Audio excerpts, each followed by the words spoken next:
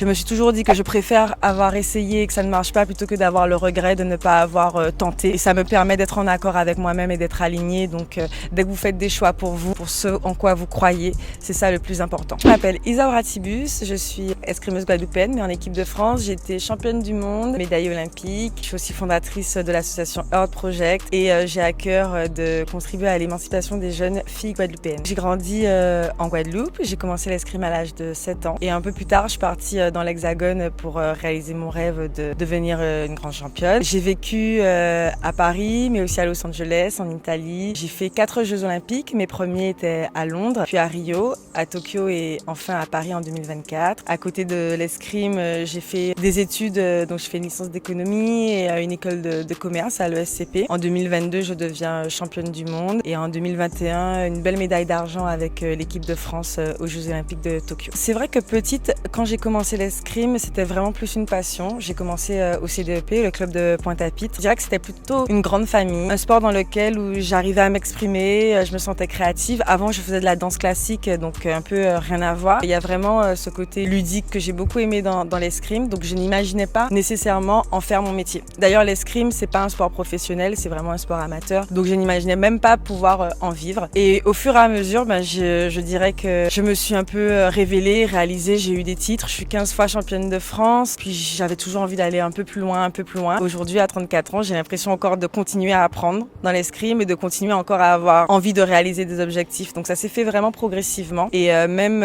toute jeune, je rêvais pas nécessairement d'être championne olympique. Je rêvais juste d'être championne à la prochaine compétition, championne de la Guadeloupe, championne de France. Donc ça m'a nourrie un peu comme ça et de toujours vouloir être un peu une meilleure version de moi-même. C'est très difficile de choisir un seul souvenir dans ma carrière. Là, celui en tout cas qui me vient à l'esprit, peut-être parce qu'on est en Guadeloupe, mes premiers championnats de France que je gagne, c'était avec le CDEP, mais c'était aussi cette délégation. On venait de la Guadeloupe et on avait un survêtement vert, jaune, rouge, noir, aux couleurs on arrivait, j'avais des tresses. J'avais vraiment l'impression de venir de ma petite île, mais de me dire tout est possible, j'ai pas peur et de réaliser que je pouvais devenir championne de France, quoi.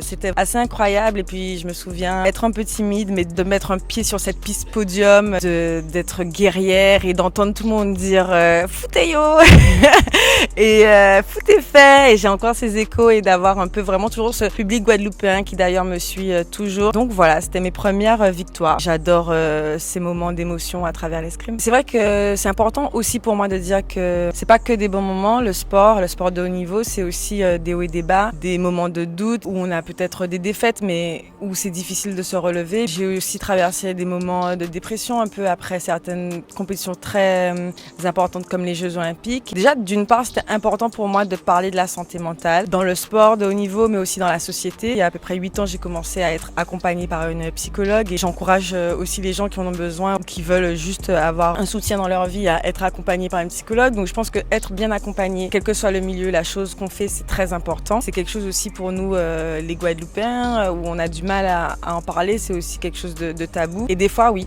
des fois ça va moins bien. Et il faut apprendre à se connaître et savoir qu'est-ce qui nous fait du bien, nous permet de récupérer, de ne pas culpabiliser d'aller moins bien parce que c'est aussi un cercle vicieux. Comment, étape par étape, se reconstruire, se relever et pouvoir continuer. C'est une très bonne question. Qu'est-ce qui me permet de me sentir alignée dans ce que je fais? Après toutes peut-être les épreuves de la vie, je dirais que j'ai pris un peu de recul aussi. C'est pas que la performance, c'est le chemin qui compte et de mettre du sens dans ce que je fais. Donc je m'amuse dans le sport, je prends du plaisir à continuer à me dépasser, mais aussi je fais des projets à côté qui me nourrissent pleinement. J'ai créé un programme qui s'appelle Essentiel avec 2 autres Guadeloupéens, Ganesh Pédurant et Manon Ayala, qui est un programme à destination des jeunes filles guadeloupéennes et qui leur permet d'avoir des outils d'émancipation à travers le développement personnel, le sport et la culture. Et j'ai aussi créé un magazine qui s'appelle 1900 qui met en avant des histoires inspirantes d'athlètes de haut niveau, des athlètes féminines. Voilà, je suis bien occupée, mais ça nourrit un peu mon âme et je rencontre des personnes exceptionnelles et je vis des moments humains et vrais. J'ai envie de dire à la jeunesse en effet de pas se mettre de barrières, qu'il y a plein de choses à faire, d'apprendre vraiment à se connaître et à oser, avoir l'audace de vouloir réaliser ses rêves. Et au pire,